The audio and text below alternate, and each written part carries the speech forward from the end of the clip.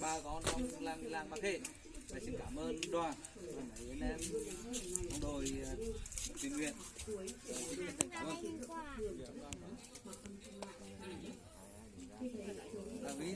Dạ, con đến từ đoàn Đà Nẵng. Hôm nay là con có qua thôi. Đây là lòng của con thôi. Tuy ít điều đây là tâm lòng của con nên mong mọi người cảm ơn. Dạ. Thay mặt bà con xóm Bắc Khê của ít lòng nhiều tình cảm đúng cảm ơn thay mặt